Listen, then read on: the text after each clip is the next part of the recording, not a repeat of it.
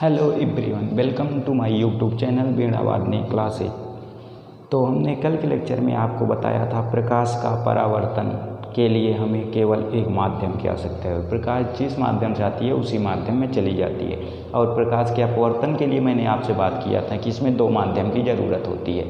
तो आज हम बात करते हैं प्रतिबिंब। इन दर्पण में, इन माध्यम में प्रतिबिंब कैसे बनते हैं और दर्पण का वर्गीकरण क्या है, दर्पण कितने प्रकार का हमारा होता है और प्रतिबिंब कैसे बनता है दर्पण में। जैसे सुबह सुबह हम उठ के देखते हैं अपना जब शीशे को सामने, तो उसमें हमारा चेहरा दिखता है। वो चेहरा हमें क्यों दिखता है, तो समझते हैं आज के इसी में कि हमारा प्रतिबिंब कैसे बनता है और दर्पण कितने प्रकार का होता है। तो आज का हमारा जब टारगेट फिक्स हो गया तो चलिए शुरू करते हैं हम आज का अपना लेक्चर।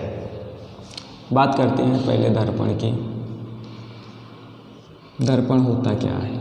दर्पण क्या होता है? कांच का एक टुकड़ा होता है। सुबह सुबह हम जो चेहरे देखने के लिए हम यूज करते हैं वो क्या होता है? कांच का एक टुकड़ा होता है। लेकिन वो कांच का टुकड़ा एक स्पेसिफिक कांच का टुकड़ा होता है, क्योंकि उसकी एक तरफ क्या की होती है, सिल्वर की पॉलिश की होती है या लेड की पॉलिश की होती है। तो हम कह सकते हैं कि दर्पण कांच का एक ऐसा टुकड़ा होता है जिसके एक तरफ पॉलिश की होती है, उसे क्या कहते हैं? दर्पण कहते हैं। ये दर्पण हमारे दो तरह के होते हैं। जो पहला दर्पण होता है उसे कहते हैं हम समतल दर्पण। क्या कहते हैं? समतल दर्पण।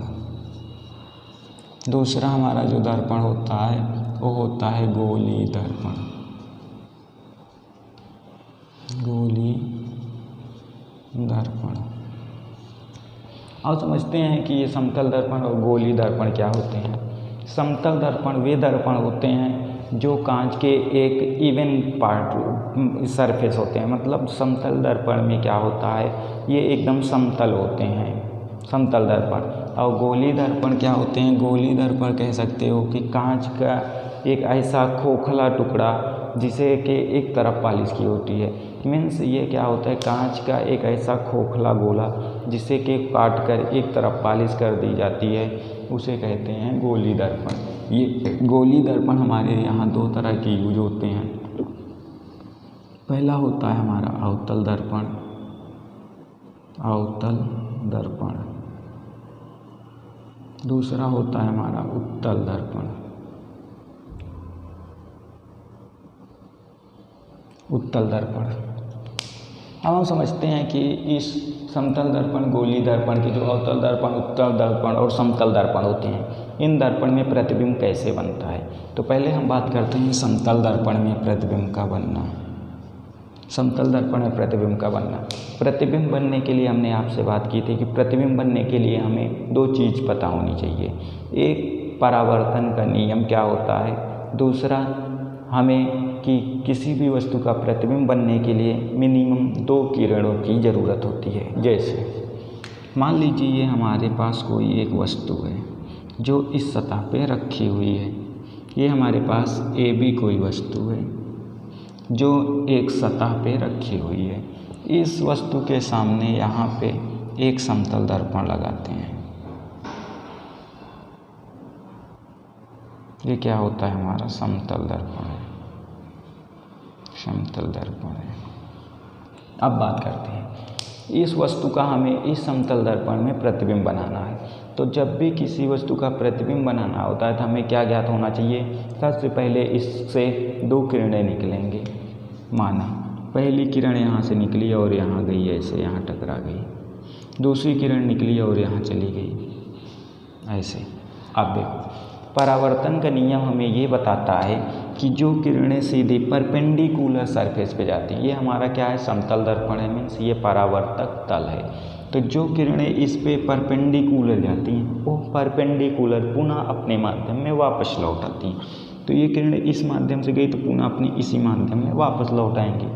परंतु ये किरण हमारी जो गई है ये कुछ एंगल बना के गई है।